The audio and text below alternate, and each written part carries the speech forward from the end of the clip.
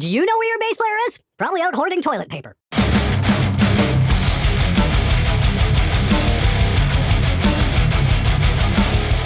Hey everybody, how's it going? Welcome to this week's episode of SMG Viewers Comments, my show where I try and answer your comments and questions about recording to the best of my ability. If you've got a comment or question, please leave it below, and if it's cool, I will try and put it on the show. Before we get to it though, I would very much appreciate it if you guys would hit the fucking subscribe button, because it just goes to help the show out an awful lot, and I'd really appreciate it. Anyway, let's cut the crap and get to the good stuff. So Glenn, are you stuck in LA because of the quarantine? No, I'm actually home at Spectre Sound in Canada. I was already planning to come home for a couple months this spring, and for some reason I got stupidly lucky and flew out on the 12th, and that's like a day or two just before the shit hit the fan. I am at home practicing self-isolation for 2 weeks, so I'm like day 10 into a 14-day isolation period, mainly because the Canadian government asked those of us who have been traveling abroad to stay the fuck home and look the fuck out for people other than ourselves. So that's what I'm trying to do. Unlike all those toilet paper hoarding cocksuckers out there who just simply cannot see past their own fucking noses and realize that we are all in this together. And by that, I mean making fun of Trapt. I saw Trapt in Korea back in 2009. They sucked. I saw Trapt in Syracuse in 2015. They still sucked.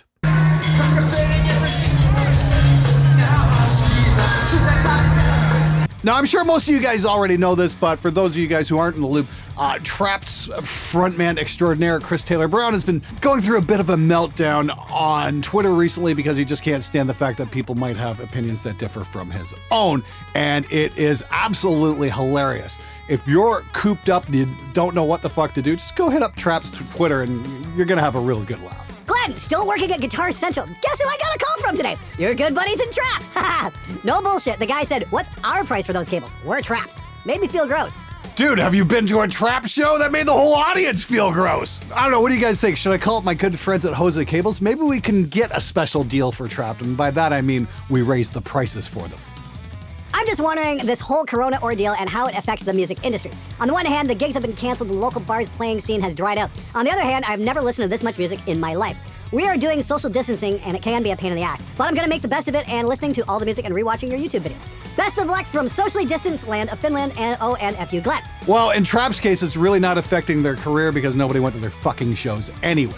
On a serious note though, this whole pandemic thing isn't really a big deal for a lot of us home recording musicians, guys in our home studios or who are practicing and whatnot. This is a great opportunity to woodshed. This is a great opportunity to work on your chops, work on your mixing skills, all that cool shit. And I've also got to do a plug for my Discord here.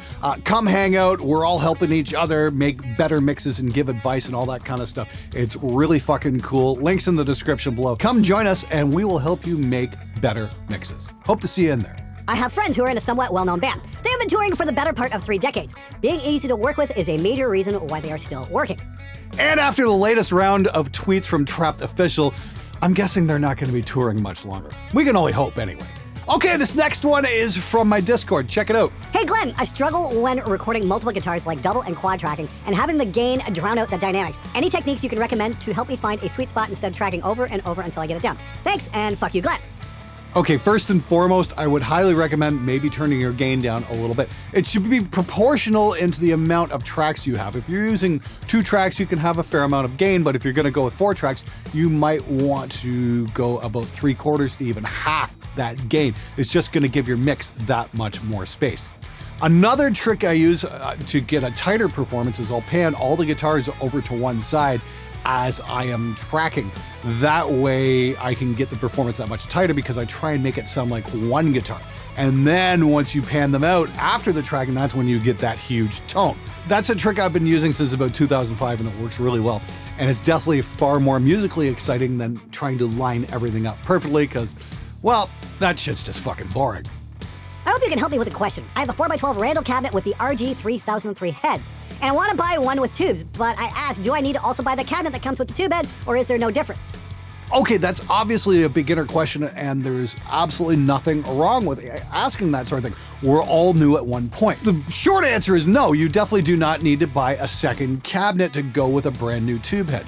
Do they sell matching cabinets for tube heads? Yes, of course. However, it's absolutely not needed. Is there a difference? Oh yeah, there's going to be a difference in quality versus price, that sort of thing. It really depends. Are you happy with the sound you have with the cabinet you have right now?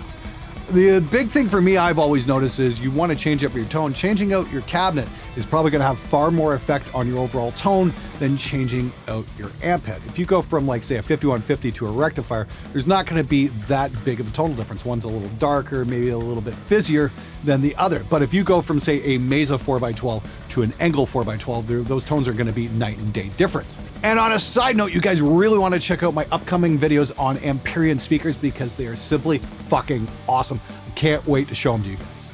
I would love it if you also made recording vids about other forms of music. Your knowledge is amazing. You know, I was looking through some of my multi-tracks the other night, going through my archive and whatnot, and I've got stuff that's going back like almost 20 years now. And there was a really cool Celtic kind of country rock thing I did back in 2005 by a band called Regale, and I was thinking maybe doing a live mix session on that. Would you guys be into something like that? Something just completely not metal? And just show you guys how I'd approach something like that as opposed to, you know, my typical metal mix. I want to know from you guys. Actually, I'm going to put a poll up right here. Do you guys want to see a mix session like that? I'm very curious. And now it's time for it. Whined like a bitch when you heard Glenn speak. Now your comment is the butthurt of the week.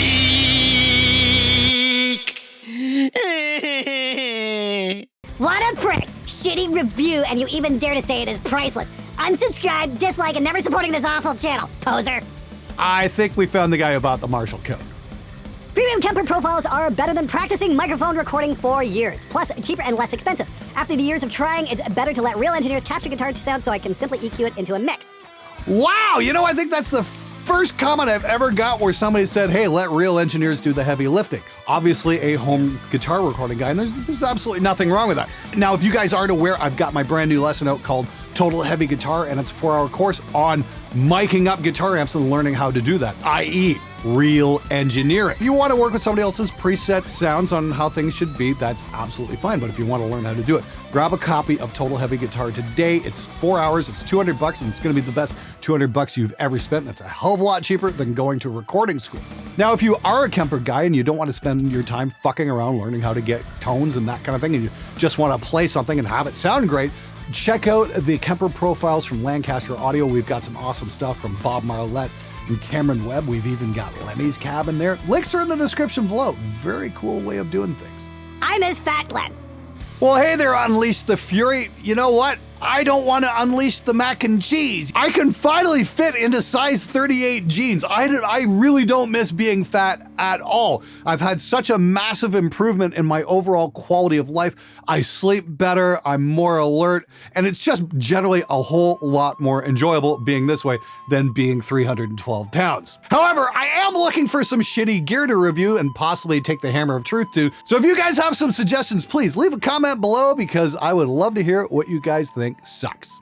Glenn, I absolutely love you and Owen's takes on recording, drum samples, and band's lack of attitude and how modern music is totally fake and trash. I always knew there was a reason I stopped listening to new metal releases around 2008. We need more people to join us.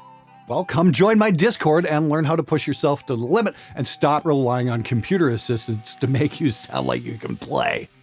Headphone mixing. Sony Professional MDR 7506 at $100 is the industry standard. Really? The industry standard for headphone mixing? I'm not so sure about that. Now, here's some MDR V6s. I've had these since about 2004. I bought these on Bob Lentini's recommendation. Bob Lentini being the programmer behind Sauce Studio, the platform I used for years and years and years and did a lot of, you know, very important records. Well, in my studio, important. Anyway, Bob mixed on those things, and I don't know how the hell he did it because, and to my ears anyway, it's all top end and you can't really hear any bottom. So you just wind up turning down the treble and turning up the bass and get a really unbalanced mix. And that's one of my big problems with mixing on headphones is getting the fucking bass right. I could write a fucking book on how often I rip my hair out trying to get the bottom end right. Now, since I'm on lockdown here, it has got the old creative juices flowing, so I think I will be doing a mix shootout on different sets of headphones, and I want to put them up against each other and see what the hell I get. Now, what I really want to know is if any of you guys out there have been mixing on 7506s, and if you've been getting decent results, or are they absolute shit? I'm really curious. Would you recommend the G. Roswell Mini K47, the LCT 440 Pure, or the new Warm Audio Fit 47 Con? It's no shock. I absolutely love the Roswell Mini K47. It's a great general purpose mic, and it's awesome on metal guitars because it occupies a different frequency spectrum than the SM57 and will definitely give you something a lot more unique sound. The Lewitt stuff is great and dirt cheap as well. The 440 Pure, I think, is like $150 or something ridiculous like that. In terms of bang for the buck, it's absolutely amazing. I don't think you're gonna find a better deal on a super high quality mic. Now, as for the Warm, I have not tried it. I haven't used it. I've been trying to get some Warm stuff on this show for years. I keep bumping into the guys at AES, and now we're always like, hey, let's do something. Hey, let's do something. And then nothing ever happens. So who knows, man? Maybe one day I'll actually get to try it. However, I will say this. United Audio has a FET 47 coming out real soon. It's under $1,000, and I know it's going to be absolutely killer. It's designed by Chad Kelly, the guy who did the Signal Art reamp box, which is probably the world's greatest reamp box. I've used a bunch over the last 15 years, and nothing else comes close to this fucking thing. And Chad used to work for Warm Audio as well, so the guy definitely knows how to build bang for the buck gear. Should be getting one sometime this spring. Not sure what's going on thanks to the lockdown, whether it's going to be here in Canada or back in LA. That remains to be seen, but I'm definitely going to try one and put it through its paces. I can't wait to get my hands on it. Hey Glenn, I'm currently looking to buy a fan-fretted guitar. What's your opinion on those, or what should I look for? Thanks, and fuck you, Glenn. Fan frets can be a lot of fun. If you've never played one and you're just kind of curious, I'd really recommend getting a Harley Benton 7 or 8 string fan fret. In terms of bang for the buck, I don't think you're gonna find anything even close to that. GOC Guitars out of China, I just got their 7 string fan fret. Kind of looks a little bit like a Strandberg. Super comfortable, super easy to play, not hideously expensive as well. Start with one of those choices before you start going to a higher end model like an Ibanez or a Strandberg or something like that, which is gonna be far more expensive. Make sure you're happy with the concept and the design before you drop way too much money. I hope you can answer this question, my boy. What is your opinion on the uprising of a more lo-fi type of production for rock and metal as a breath of fresh air and as a counterfeit to the overproduced modern music in all genres? To be honest, lo-fi being not perfect, though kind of rough around the edges. For example, King Gizzard's Wall discography, Lol Igor from Tyler, the Creator, Nightmare Ionic from Power Trip, Golden Grey from Baroness, etc., etc. Hope you can answer for the small possibility of you answering this on the tubes. Chinga to Madre Glenn, and wash your hands. I'm gonna take a wild guess that English is not your first language. That's absolutely fine. I welcome everybody from across the world into this show. Thank you so much for asking. What do I think? I think it's fucking great! It's about fucking time! Been yelling about this shit for the last 5 years. Presets are great to learn with. Presets are not great to make records with. I sat down with Bob Marlette, who's got a credits list a mile fucking long, and he'll tell you the same thing. In the 70s and 80s, guitar players were looking to find their own sound to set them apart. These days, it's just preset, preset, preset, preset. Or 57 vintage 30, 57 vintage 30, 57 vintage 30. There's no fucking imagination anymore. The wonderful thing about everybody having access to recording technology is that we have all these amazing tools and we can create these amazing things. The bad part about this is nobody seems to want to do that. Everybody just wants to copy the next guy who gets a cool sound and maybe just tweak it a little bit. Nobody's really breaking any new ground. So for all those bands who are saying, fuck it, my hat is off to them, I think that's fucking great. I think more bands need to start turning off the grid. I had a session there with Protocol a couple years ago where we were in the studio and we were doing a song and I had a bit more of a punk head. The house engineer asked me, okay, what's the tempo? And I'm like, turn it off. He just looked at me like I was from fucking Mars or something. He's like, what? I'm like, turn off the click. Let them play like a band. And you know what? They rocked the fuck out and it was great. Was it perfect? No, it was kind of all over the place. And that's what made it interesting. Perfect is fucking boring. When was the last time you seen a whole band in a room together and record their EP album, LOL? Well, I haven't seen it yet. I'm hoping to work with these guys in the spring or summer back in LA at Sunset Sound at some point. Is a group called the Aviators. I caught them last fall at the Whiskey A Go-Go, opening up for Quiet Riot, and honestly, they blew the roof off the place, and I haven't seen a band do that in a very, very long time. These guys know how to rock the fuck out, and they have a policy of recording their stuff live in the studio. So, yeah, nice try. Hopefully we're going to be able to put that band on the show and show you guys the entire process. I can't wait to do that one. Glenn, I just want to say thank you for pushing me and other musician friends to not settle for mediocre. I've been following you since the first Axe Effects video, and now 5 years later, my band recorded our EP live. No punch-ins, no drum samples, mic drums, mic tube amps, mic bass amp, just 3 people in a room recording each song straight through. And all I have to say is that you were right. It was by far the most rewarding thing I've ever experienced. It had a different intensity that could not be matched by track recording. Yes, there was bleed, there were tempo shifts, it's not perfect, but I feel like it was what made it so special, that it was us. Not only did we knock it out in a reasonable amount of time, we paid the producer the rest of the amount immediately after we finished tracking. We worked our asses off for months to be able to do that, but it was worth it in the end. Thanks for everything, Glenn. Albert, you are so very welcome. Now, I don't actually have a problem with doing things track by track. I do that quite a bit, but if you can do it live off the floor, do that because it can be fucking amazing if you are up to snuff. Go put on a couple of Queen albums if you want to know what that's all about, because those guys did it live and those records were fucking intense. Seriously, there is an intensity you can get by having a bunch of guys in a room standing around in a semicircle and jamming their asses off. Go put on the Black album. That's how they laid down the drums, and that's why it had such a great feel. That's why that record still stands the test of time to this day. Even though they did retrack the guitars later, there was a wonderful feel on that record. If your band is capable, fucking try it at least once, because you're gonna get an intensity you just can't get by fucking grid aligning everything. Can you make it so the SMG mix reviews stay up after you're done streaming so people who missed it can watch them? Hey Luciferus, thanks so much for asking that. The reason I took that down is because as soon as that episode was finished, it got copyright claimed and all the earnings would go to somebody who said I could use that track, which is kind of a total dick move in my opinion. I think the solution is going to be doing a weekly show at the same time every week. I don't know if it's going to be like Friday nights or Sunday afternoons or something like that. Since we're all on lockdown anyway, keep your eye peeled for any notifications, and if you haven't hit the notification bell, please do. And by the way, fucking subscribe, will you? It just fucking helps the whole show. That way you'll actually know when my fucking videos come out. It's a huge fucking help and just helps me produce the show and all that good stuff. So thanks very much. Glenn, your curly hair looks amazing. What is your secret? Maybe I was just born with it. Maybe it's Maybelline. Well, it has nothing to do with this video. I will post it here, and guess is more likely you'll read it if I post it here. I just learned that you engineered and produced Seasons by Woods of Ypres. I absolutely loved this album as a teenager, and I still do. It was one of the most important albums for me when I was 15 or 16, and it gave me a lot, especially as life was not so nice to me in those days. So just a big compliment to you. The sound has pretty much stood the test of time, a thing that cannot be said about a lot of black metal bands. Wow, man, thank you. That's extremely humbling. That was probably the most difficult record I've ever done, and I've always said this, when you push musicians to the breaking point, that's when the interesting stuff happens, and that was definitely the sound of musicians being pushed to the breaking point. Hell, that was the sound of me being pushed to the breaking point. That was the one record that really made me want to quit recording bands because it just was so fucking stressful to do that one. Anyway, if I haven't aired this already, I am planning on doing a live remix of one of the songs off that record because I dug the multi-tracks up the other day and the discs have survived 16 years later, and I have that project now safely backed up on several different formats. Problem is, all those tracks are still in SAW Studio format, and so I have to load them up and then consolidate them and put them down into a DAW that I work with these days.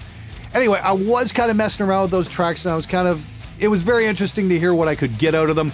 Kind of cringe at a few decisions I made back then. I mean, like, experience definitely goes a long way, but I was able to coax some pretty interesting shit out of that. So if the episode hasn't aired yet, I am probably going to do it at some point. So again, hit that fucking notification bell so you can see that happen. All right, everybody, that's it for this episode. Thank you so much for watching. Make sure you hit the fucking subscribe button because it really fucking helps out.